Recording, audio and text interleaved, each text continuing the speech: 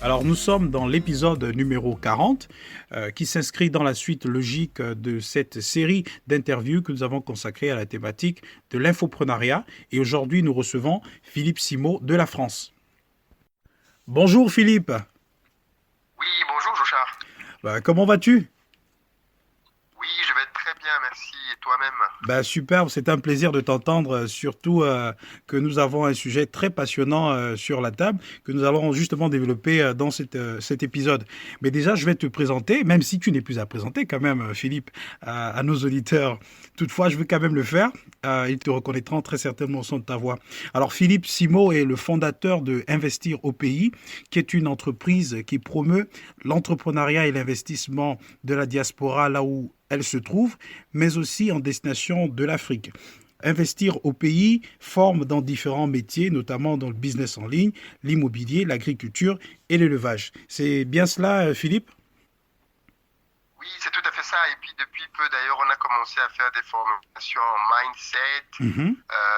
et aussi en habitué des stratégies de prospérité. Donc oui, on élargit le panel de formation. D'accord, superbe. Il faut également noter que tu es l'auteur du livret Construire l'Afrique de demain, 10 bonnes raisons de devenir entrepreneur. Mais au passage, il faut juste dire que j'ai eu le temps de parcourir ce livret et déjà, je t'en félicite pour de l'avoir produit parce que, arrivé à la première raison, qui est sortir des sentiers battus, je me suis rendu compte de trois choses. Oui, justement, mais ça m'a vraiment marqué. J'ai réalisé trois choses, Philippe. J'ai réalisé trois choses. La première, c'est que, euh, on va dire, en lisant le livre, on a vraiment envie d'entreprendre. Ça nous donne vraiment l'envie d'entreprendre. La deuxième chose, ça nous donne l'envie de continuer la lecture jusqu'à la fin. Et quand on arrive à la fin, ça nous donne l'envie de découvrir l'auteur et de savoir son histoire. Du coup, ça m'amène vers toi à te dire, mais comment est-ce que tu as commencé cette histoire avec l'entrepreneuriat? Ben, en fait, l'histoire avec l'entrepreneuriat, on va dire que, un peu comme beaucoup d'Africains, j'ai toujours pensé à entreprendre, hein. Mais entre la pensée et l'action, il y a quand même un gap. Et je me suis rendu compte que Mhm, une fois arrivé en France, parce que moi je suis né, j'ai grandi au Cameroun, mhm, je suis mon cycle d'ingénieur. mhm, Et donc en fait, comme tout bon élève d'ingénieur, je rêvais d'entreprise et de mhm, salariat. Et une fois que j'ai commencé ma carrière, je me suis vite rendu que je n'étais pas très épanoui là-dedans. Je gagnais peut-être bien ma vie du point de vue d'un salarié, mhm. mais je n'exprimais pas pleinement mes talents, mon potentiel. Et puis surtout, j'étais quand même très limité dans mes revenus. Je ne pouvais pas prétendre à gagner 1000 euros ou 2000 euros de plus tous les mois Mhm. parce que j'étais assujetti à des augmentations annuelles décidées par un chef qui lui-même devait suivre des lignes budgétaires, patati patata. Mhm. Et donc j'ai bien compris que j'étais en fait dans un faux confort. Et un confort qui petit à petit était en train de me tuer en fait.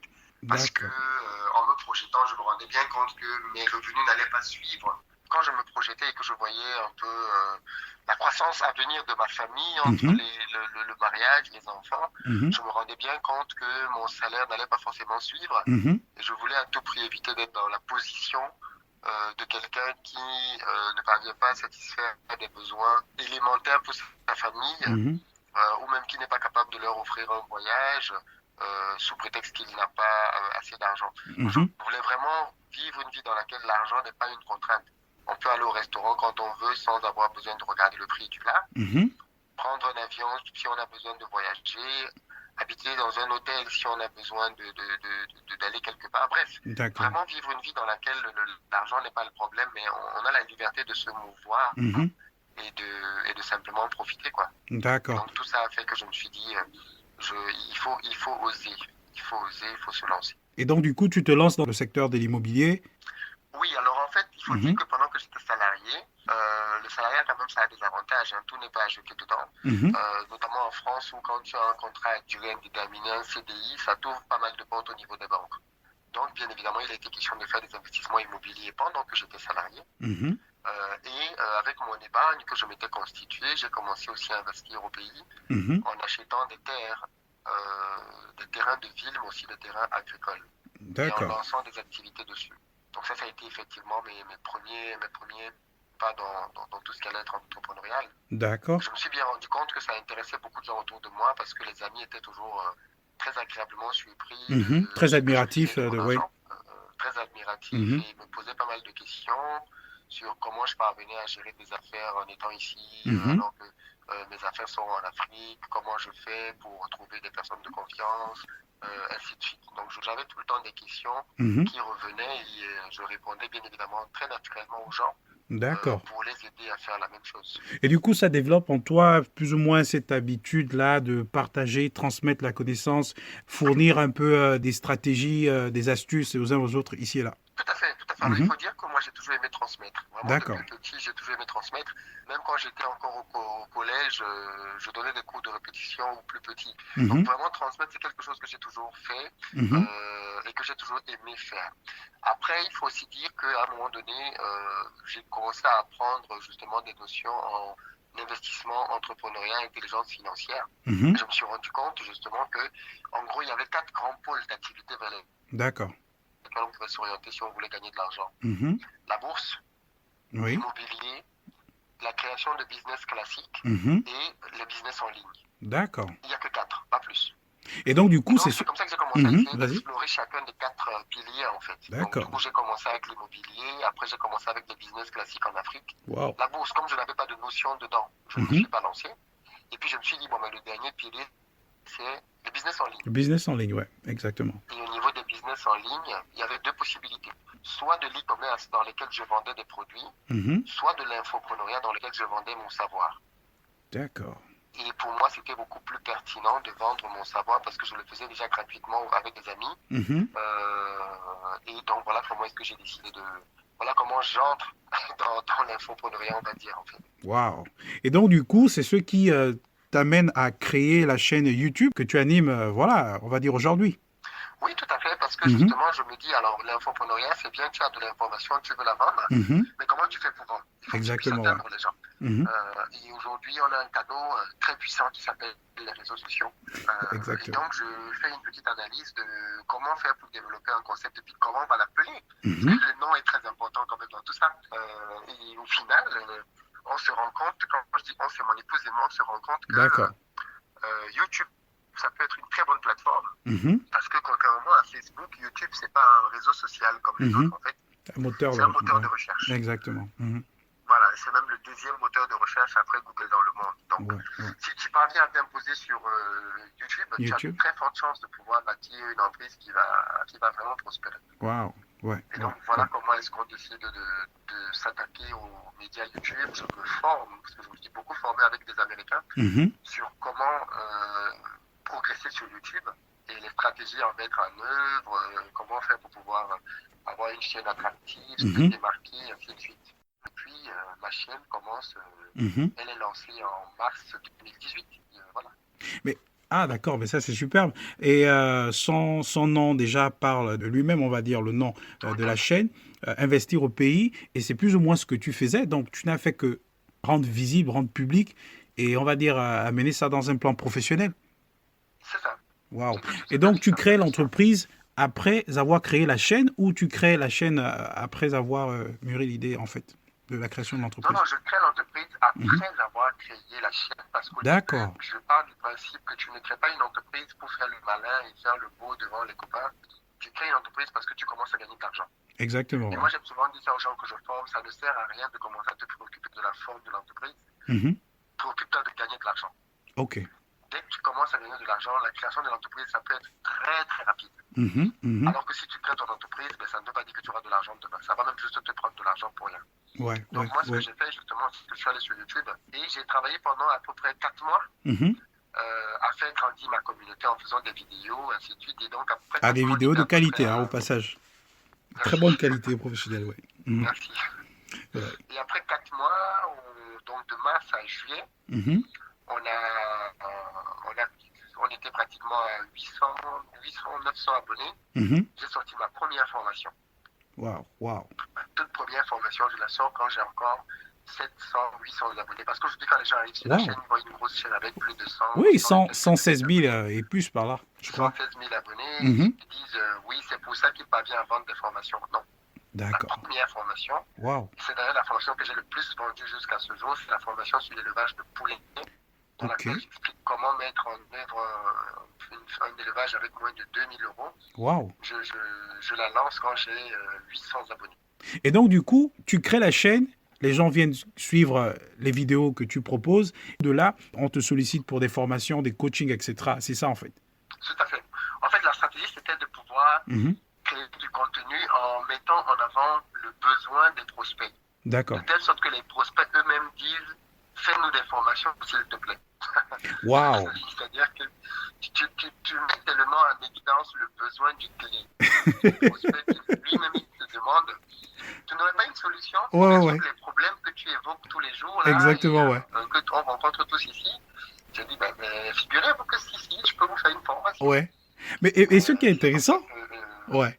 Ce qui est intéressant, c'est que j'ai regardé dans ta page Investir au pays, j'ai suivi l'une des émissions, et dedans, tu parlais justement de l'importance de tout donner, du moins ne pas cacher l'information dans les formations justement auxquelles participent tes fidèles, tes followers, etc. C'est ce que tu fais, ce que tu appliques? c'est indispensable. Et je pense que c'est l'une des raisons pour lesquelles Ok. je crois beaucoup. Il faut Mhm. savoir qu'aujourd'hui, j'ai vendu plus de 1 000 formations Wow. en un an, en un an de formation, bien en un an Mhm. de vente de formation. Et je pense que les remboursements, que les demandes de remboursement que j'ai eues, Mhm. honnêtement, je pense que j'en ai eu une ou deux Wow, c'est assez parlant ça. sur 1000 formations. Mhm. Et ça veut dire que les gens sont extrêmement Satisfait, satisfaits exactement, ouais. des formations que je Wow. fais, qu'ils les recommandent Mhm. et qu'ils reviennent eux-mêmes. Wow. Parce qu'il n'y a rien de mieux pour développer ton activité que d'avoir des clients satisfaits. Ouais, ouais, ouais. Ça contribue vraiment à asseoir davantage ton leadership dans ce domaine parce que je comprends que c'est le modèle. Tu as d'abord un produit avant de te constituer en infopreneur. Tu as d'abord une solution vraiment avant de commencer à communiquer parce qu'on ne peut pas communiquer si on n'a véritablement rien. Et toi, tu le fais vraiment. Et donc, du coup, quand tu formes ces personnes-là, elles sont beaucoup plus un public, on va dire, africain ou bien c'est un public varié? Non, en réalité, c'est ce dont tu parles qui attire les gens. Moi, D'accord. je ne chasse personne. Hein. Je dis pas aux gens, parce que tu es un blanc, tu ne dois pas venir. Mhm. Mais je pense que ceux qui se sentent concernés par Concerné mon exactement, travail, ouais. ce sont les gens qui aiment l'Afrique, qui veulent la développer. Et donc, c'est forcément les Noirs. Waouh. Et donc, mes formations aujourd'hui, c'est beaucoup de Noirs. Je pense que s'il y a des Blancs, Mhm. ça se compte sur les doigts d'une main. D'accord. Mais quand même, on va dire, quand tu décides de t'engager comme ça pour le développement de l'Afrique, tu te heurtes quand même à certaines difficultés, certaines réalités culturelles, on va dire. Comment est-ce que tu t'y prends pour les surmonter? Ah, l'avantage, c'est que moi, je suis quelqu'un qui suis resté très proche de l'Afrique. 12 ans que je suis en Occident, mais je Mhm. rentre très souvent en Afrique. Donc, je suis resté très proche de ce qui se passe là-bas. Mhm. Je connais les réalités. Et donc, dans mon discours aussi, les Mhm. gens le ressentent bien. Que je ne suis pas quelqu'un de théorique, que Ouais, je ne parle ouais. pas d'une Afrique imaginaire. Je parle Mhm. vraiment de réalité. Et bien évidemment que je les inclus dans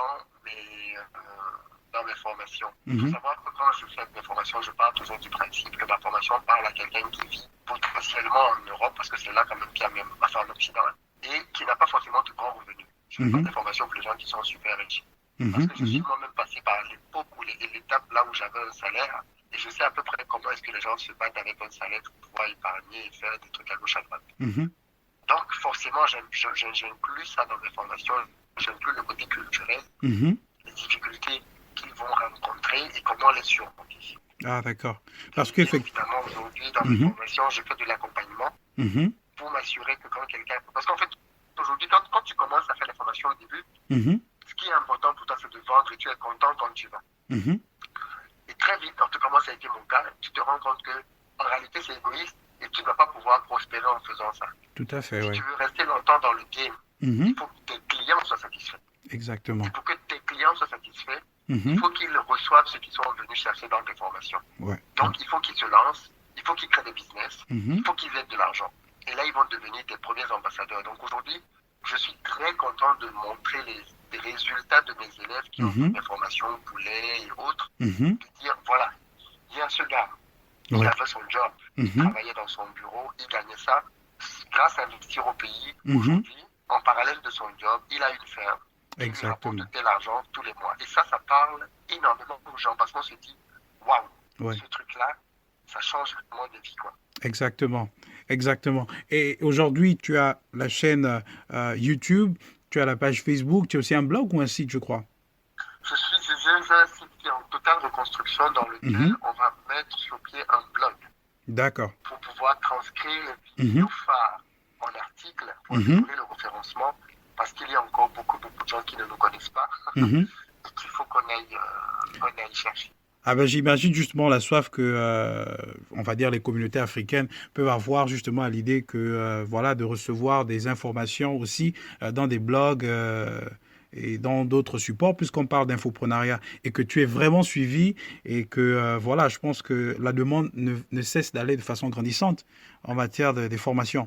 Tout à fait, Puisque bientôt tout à tu fait. seras au Je suis tout à Sénégal fait. et en Côte d'Ivoire pour une formation déjà que tu as annoncée. Oui, parce qu'en fait, il faut le préciser, aujourd'hui, Mhm. Investir au pays, c'était au départ uniquement des formations. Mhm. Ensuite, on a rajouté une deuxième couche du coaching. Mhm. Et puis, on a rajouté une troisième couche des formations en présentiel. Parce que, D'accord. bien évidemment, c'est bien d'être derrière un ordinateur, Mhm. mais les gens aiment aussi le fait de se retrouver dans un endroit, dans une salle et parler, discuter Mhm. de manière concrète et physique. Mhm. Donc, j'ai commencé à faire des événements en présentiel à Paris. Mhm. Et le tout premier, je l'avais fait en, je crois que c'était août ou septembre Mhm. 2018. Donc, ça fait plus d'un an, tous les 2 mois, et la Mhm. salle est toujours pleine. Waouh. Et donc, les gens qui sont en Afrique m'ont dit, mais Philippe, nous aussi, on est en Afrique, on t'écoute. Mhm. On a besoin que tu nous ramènes aussi ce concept de formation en présentiel. Ben c'est Donc, clair. voilà Oui. comment j'ai commencé Oui. à faire le tour du monde. Je suis allé à Dakar, je suis allé à Waouh. Abidjan, Mhm. je suis allé à Douala au Cameroun, je suis allé à Montréal au Canada. Waouh. Tout ça pour parler aux gens de formation. Et dans tout ça, tu n'as pas fait un tour au Gabon au Et je passage, suis allé à Monsieur Cotonou au Libreville? Bénin. J'ai failli venir au Gabon, mais figure-toi que c'est drôle, mais j'ai failli venir au Gabon. Mais les gars avec qui je devais Oui. travailler au Gabon m'ont lâché à la dernière minute. Oh là là. Ben donc ce n'est que partie remise alors, Philippe. C'est Ouais. partie remise. En Ouais, que... 2020, j'ai prévu de faire le Gabon. Donc ça, D'accord, c'est sur mon super. calendrier de déplacement pour 2020 et je Ben je suis vais content inscrire de ça dans venir mon au Gabon. agenda alors et puis voilà. Ce sera superbe. Ça Mais marche, tu sais quand ça même, marche. Philippe, quand on voit un entrepreneur comme toi en France, il évolue, son business se développe très bien, ses formations se vendent à merveille. On se dit, ben attends, ce gars-ci, il est là-bas, pourquoi ne vient-il pas une bonne fois s'installer définitivement au pays, changer le pays et pourquoi pas, voilà. Mais je pense que c'est une bonne idée. Alors déjà, je précise qu'il y a de très fortes chances que ma famille, on retourne s'installer en Afrique. Oula. Déjà, c'est quelque chose qui est en projet. Mais il faut savoir quand même que ma résidence fiscale est en France, Mhm, mais je bouge tout le exactement. temps. C'est-à-dire que même si je reviens m'installer en Afrique, en réalité, ce ne sera pas pour venir m'installer comme quelqu'un qui a un travail au bureau de CDI qui va rester là toute l'année. Mhm, Mon exactement, ouais. activité fait que je suis tout le temps en déplacement, comme je disais tout à l'heure. Tous les mois, j'ai une, parfois deux, parfois trois Mhm, événements. Parce que je fais des formations, je wow. suis très souvent invité à des événements dans Mhm, lesquels je viens pour donner un pitch, mhm, une parole ou une formation ou des mhm. trucs comme ça. Donc en fait, je suis Motivation, très souvent etc. en Mhm, mouvement. mhm. Mais oui, on est très amené à. Ouais, On veut revenir en Afrique, déjà ouais, pour les enfants, parce qu'on veut qu'ils grandissent dans cet environnement-là pour vraiment aimer le continent. ouais, Pas ouais. aimer parce que leurs parents étaient africains, mais parce qu'eux-mêmes, ils se sentent africains. Ils se sentent africains, ouais. Et puis surtout, l'autre élément quand même que je veux apporter comme nuance, c'est Mhm, que il ne faut pas penser qu'on ne peut aider l'Afrique que parce qu'on vit en Afrique. exactement, ouais. On peut aider l'Afrique et être un très bon ambassadeur de l'Afrique en étant à l'étranger. Mhm, Notamment, par exemple, aujourd'hui, je pense très honnêtement que mhm, si Investir au pays était une chaîne mhm, faite par un Africain qui vit en Afrique, mhm. elle n'aurait pas eu l'impact qu'on a aujourd'hui auprès de la diaspora. Ben, je suis d'accord avec toi, totalement. D'un, parce que voilà, je ne connaîtrais pas et je ne comprendrais pas les problèmes de la diaspora. La diaspora ne s'identifierait pas à moi. Or, Mhm, il se trouve qu'aujourd'hui, le pouvoir d'achat, il est dans mhm, la diaspora. Et on a mhm, besoin que les mecs de la diaspora qui ont pas mal de sous mhm, viennent remettre ces sous-là en Afrique mhm. plutôt que de les laisser pourrir dans des comptes en banque ici. Ouais. Ouais, mais ça demande vraiment d'avoir une vision, alors là, claire de sa vie, un sens de détermination, mais vraiment extrêmement poussé, parce que s'investir comme tu le fais vraiment pour le développement de l'Afrique, il y en a beaucoup. C'est vrai, aujourd'hui, on en voit de plus en plus, mais vraiment, de ta pointure, je pense que vraiment, on les compte du bout du doigt. Et c'est vraiment quelque chose d'assez exemplaire. Mais dis-moi un peu, comment est-ce que tu fais pour gérer tout ce que tu fais là, parce que dans tout ce que tu disais, j'entendais beaucoup, avec mon épouse, nous déplaçons. Donc, quel est l'équilibre que tu établis un peu entre tout ça là et cette grande mission finalement que tu as? Je pense que ma famille se sacrifie beaucoup. Mhm, Se sacrifie de me laisser me déplacer autant. C'est mhm, alors, nous, on a un petit bébé qui a 1 an et on mhm. attendait qu'il ait 1 an pour commencer à beaucoup voyager avec lui. D'accord. Donc, je pense que désormais, je vais amener ma famille avec moi un peu partout parce que, bien évidemment, c'est important Ouais. que mes enfants grandissent. Parce que l'une des raisons pour lesquelles j'ai voulu être entrepreneur aussi, c'est que mes enfants grandissent dans une maison et ils voient la réalité d'un père entrepreneur. Waouh, ça Parce que c'est les super. enfants, quand tu grandis dans une maison où tu n'as que des parents salariés, Mhm, tu n'as pas d'autre modèle. Et tu penses qu'il n'y a que cette possibilité-là dans la vie. Et mhm, donc, je pense qu'avoir un parent entrepreneur qui aime ce qu'il fait, qui transmet sa passion, mhm, peut vraiment faire comprendre aussi aux enfants mhm. qu'il y a une autre possibilité de vivre sa vie. BMW, Mercedes, Mhm. toutes les grandes marques que tu connais, ce sont des marques de génération de famille en fait. Exactement, ouais. Et nous aussi, nous devons apprendre à transmettre nos entreprises à nos enfants Mhm, pour qu'eux aussi les transmettent à leurs enfants. mhm, Donc moi, je suis clairement dans cette optique dès maintenant de je vais vivre une vie qui va passionner mes enfants mhm, pour qu'ils aient envie de reprendre le flambeau derrière moi mhm. et l'amener encore plus loin. Waouh. Et l'infoprenariat aussi constitue ce meilleur outil de transmission de connaissances, mais surtout constitue une bonne base pour laisser un héritage aux générations futures. Et donc, justement, la création de ta chaîne YouTube reste cet héritage-là. Je pense que la jeunesse africaine doit exploiter au maximum pour davantage se créer des opportunités, ce qui, bien sûr, résonne un peu avec les missions de ton entreprise, encourager aussi le business en ligne, et de plus en plus, les Africains, je pense, marquent un intérêt pour cela. Alors, malheureusement, les bonnes choses ne durent pas, Philippe. On va petit à petit se tourner bientôt vers la fin de notre interview. Mais je ne sais pas, entre autres, si tu as entendu parler en quelques mots peut-être du livre Exprime ta passion et suscite des vocations, puisqu'on en parlait justement des passions. Oui, alors moi j'ai déjà entendu parler de ton bouquin quand je t'ai Mhm, découvert, mais comme je te dis, j'ai pas eu le temps mhm. encore d'aller au bout. Mais ça, c'est typiquement le genre de titre que j'aime beaucoup. Ah, d'accord. Parce que justement, pourquoi est-ce que je crois en l'infoprenariat? C'est Mhm. parce que l'infoprenariat est un domaine dans lequel tu peux réellement exprimer ta passion et en vivre, Exactement. quelle qu'elle soit. On est dans un monde aujourd'hui dans lequel peu importe ce que tu sais faire, peu importe ton talent, tu peux Mhm, l'amener sur la toile et gagner de l'argent avec ça. mhm, mhm, Mais même peu importe ce que c'est. mhm. Et donc, à partir de là, forcément, ta vie prend du sens quand ce que tu fais répond à 4 grands principes. Le OK? premier, c'est que ce que tu fais correspond à ta vision du monde. C'est-à-dire, Mhm, comment est-ce que tu vois le monde? Qu'est-ce que tu penses qui pourrait avoir un impact et changer le monde? Le deuxième élément, c'est mhm, faire quelque chose que tu aimes. mhm. Parce qu'il y a des gens qui travaillent, mais ils n'aiment pas ce qu'ils font. Exactement, ouais. La troisième chose, c'est faire quelque chose dans lequel tu es talentueux. C'est-à-dire que Mhm, tu le fais plus facilement que la moyenne des personnes. Et puis le quatrième critère, c'est faire quelque chose pour lequel on te paie. Et ouais. quand tu parviens donc à combiner ces 4 éléments-là, Mhm. tu as le jackpot. Et ça, c'est ce que l'infoprenariat te permet de faire. Super, super. Waouh, je pense Beaucoup que plus facilement que beaucoup d'autres domaines. waouh, je pense que c'est ce que nos auditeurs vont garder comme message de Philippe Simo, ce que représente l'infoprenariat pour lui, bien sûr. Et donc un petit mot de fin avant qu'on ne se sépare de cet Écoute, oui, épisode. je dirais juste déjà merci à toi pour l'initiative. C'est franchement cool que tu Ben, merci bien. partages cette thématique-là. Ça Mhm, change de ce que l'on écoute souvent dans les médias au pays. mhm. Il faut continuer, peu importe la diversité, il faut continuer. Moi, le message que je Merci. voulais dire aux gens, c'est Mhm, on a arrêté de rêver en Afrique. Et c'est mhm, dommage parce que à cause des difficultés que l'on voit, à cause de ce que les médias nous projettent, mhm, on a pensé que le paradis était ailleurs, mhm, que la vie était meilleure ailleurs. Et on a oublié que les gens quittent le monde entier pour venir en mhm, Afrique. S'il n'y avait rien chez nous, pourquoi les Européens, les Américains, les Asiatiques, les Chinois, tout le monde mhm. viendrait chez nous s'il n'y avait rien là-bas? Il Exactement. y a chez nous ce que Mhm, tout le monde a vu, sauf malheureusement les Africains.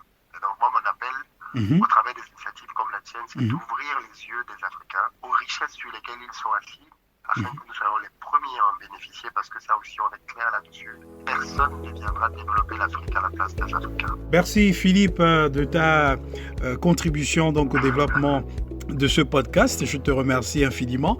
Nous allons tout simplement dire merci aussi à nos auditeurs et leur donner rendez-vous pour notre prochain numéro. D'ici là, portez-vous bien et à bientôt.